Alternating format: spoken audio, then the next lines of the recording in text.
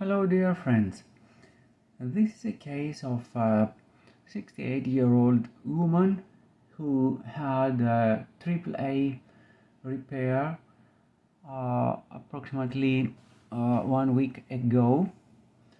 It was an urgent EVAR endovascular aortic repair, and the patient is complaining of ongoing pelvic pain since discharge, and the CT scan was done. Let's see the findings. Please let me scroll the images down. Pay attention at the aorta.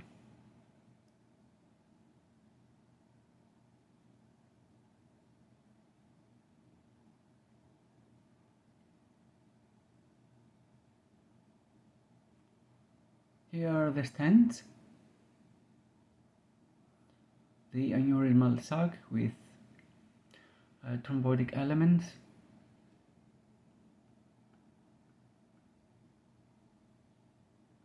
and here is this.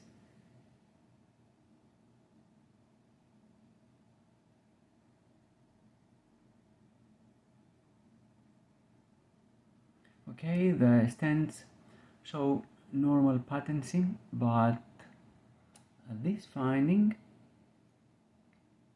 is suggestive of endoleak. Let's have a look in sagittal images.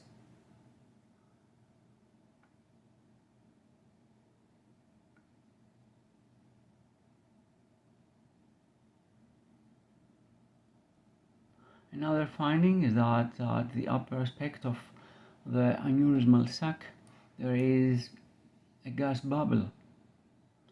The operation is just a few days before, but anyway, sometimes this finding can raise suspicion of possible impending inflammatory and infectious changes, so close follow-up is recommended.